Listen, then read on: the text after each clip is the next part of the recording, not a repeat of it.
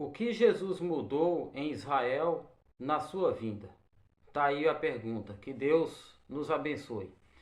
Então, o que aconteceu de diferente em Israel antes de Jesus e depois de Jesus? Qual foi a grande mudança? Qual foi o grande feito de Jesus que mudou aí a sociedade de Israel? Esse é o questionamento. Então vamos lá. Jesus ele veio com a missão já específica e ele realizou essa missão. Então, na sociedade de Israel havia um sistema político, um sistema social ali. Então, na política tinha lá o rei era Herodes, o governador da Judéia era Pôncio Pilatos e o Império Romano dominava ali, era Tibério César, que era o imperador de Roma, e havia nesse sistema político uma carga tributária. É mencionado na Bíblia em dois episódios que os publicanos cobravam ali, trabalhavam para os romanos e cobravam imposto dos judeus. E nos dois episódios que a Bíblia descreve, que eu me lembro agora, é que Jesus foi perguntado se é lícito pagar tributo a César. E aí Jesus manda trazer uma moeda e pergunta de qual é a figura que está na moeda, né? E aí eles falam de César. Então Jesus diz: dai pois a César o que é de César e a Deus o que é de Deus.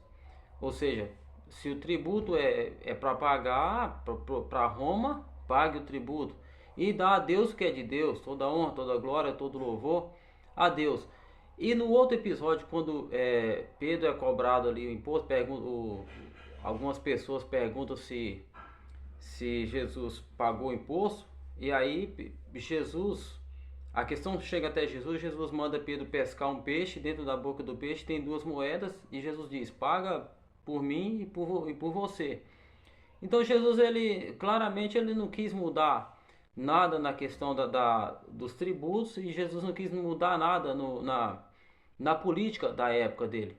Porque Jesus ele levantou 12 discípulos e a gente não observa Jesus preocupado em derrubar o governador ou derrubar o rei Herodes lá. E Jesus também não tem preocupação em mudar o domínio romano, do Império Romano.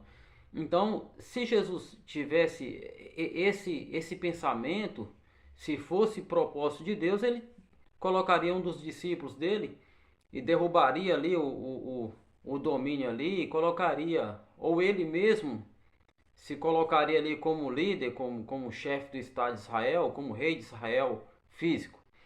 Então, por que eu falo isso da questão política? Porque nos tempos agora de estar se aproximando eleições, no caso agora para prefeitos, então começa a aparecer muito candidato a vereador, candidato a prefeito, nas igrejas evangélicas, né, nos púlpitos das igrejas evangélicas, com um discurso político velado, né? Na verdade, eles estão interessados em voto. Aí chega lá na igreja evangélica e fala aquela coisa toda que essa cidade é para o Senhor e o povo começa a orar para Deus abençoar aquele candidato ali, para mudar alguma coisa. Então, é, eu quando eu falo no vídeo que eu falo a Terra gira em torno do Sol, o Sol gira em torno da Terra, eu quero passar uma ideia de que a gente tem que prestar atenção no que a gente está ouvindo, no que está acontecendo.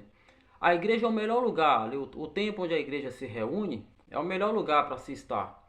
Só que a gente deve prestar muita atenção no que está acontecendo para não sair acreditando, dando credibilidade para qualquer coisa que se fala ali.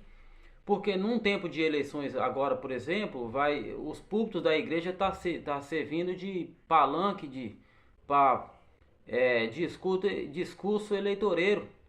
E tá cheio de pastor também, não todos, mas pastores interesseiros e oferecendo o púlpito da igreja para os candidatos falar aquele discurso lá, aquelas conversas de sempre lá que eles fazem, que só aparece em época de eleição. Então, já, olha só, quando a gente observa que alguém vem falando assim, essa cidade é para o Senhor, eu já escutei muito isso.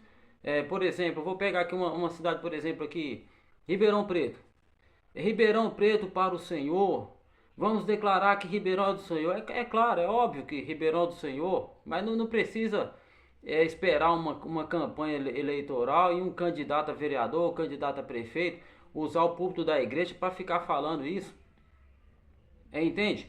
Então, quando surge alguém dizendo essas coisas assim, Deus não está nesse negócio aí, Deus não está nisso daí. Jesus não tem interesse em mudar a política de ninguém. Se Deus tivesse com o objetivo e engajado em fazer algo no sistema político, no sistema tributário, na economia, Deus já teria feito isso há 200 anos atrás.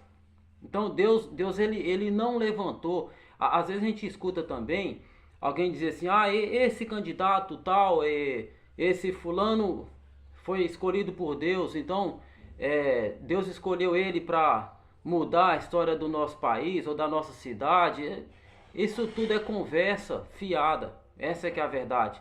E usando o templo, que é o templo onde a igreja se reúne, com esse objetivo aí. Então, por que eu falei que o que mudou na sociedade de Israel, na vinda de Jesus e no sistema político? Porque a gente olha para Jesus, que é o grande referencial da nossa vida, e a gente percebe qual foi o objetivo de Jesus. Então, Jesus não mudou nada na política. Na política de Israel, Jesus não fez nada. Na sociedade, Jesus não fez nada, não mudou nada. A sociedade de Israel antes de Jesus e depois de Jesus não mudou nada. O povo vivia ali, alguns eram pescadores, outros trabalhavam na carpintaria, outros criavam animais, plantavam e vivia normalmente. Jesus veio, mas o objetivo de Jesus era outro, era totalmente diferente de coisas físicas, do reino físico e de mudar um sistema político, um sistema social. Jesus veio tirar o pecado. Por isso que eu menciono sempre que João Batista diz assim: eis o Cordeiro de Deus que tira o pecado do mundo. Jesus veio resolver o grande problema que havia no ser humano, que se chama pecado. Então eis o Cordeiro de Deus que tira o pecado do mundo.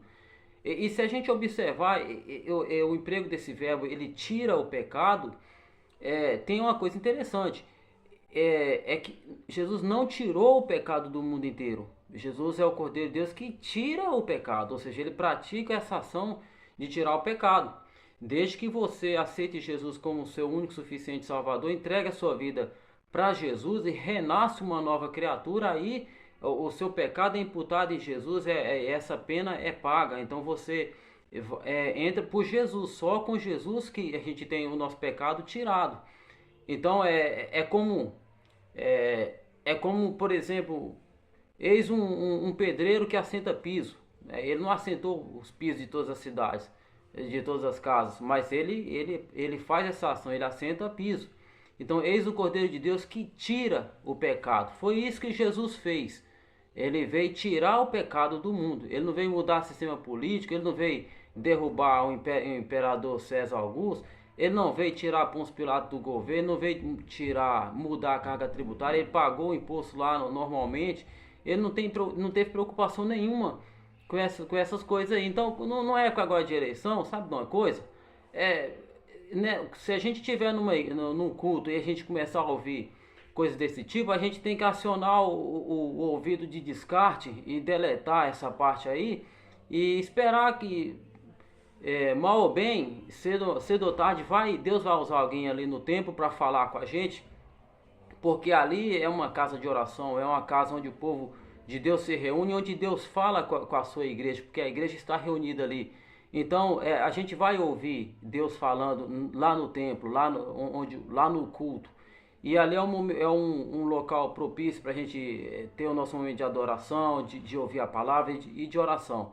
Porém, nesses momentos aí, é o momento que a gente tem que, infelizmente, escutar e deletar do nosso ouvido, porque estamos nos aproximando desse momento eleitoral aí, e eu vou votar para prefeito, vou votar para vereador, mas como sempre, vou depositar minha confiança totalmente em Deus. Que o Senhor abençoe a nossa vida, no nome de Jesus. Amém.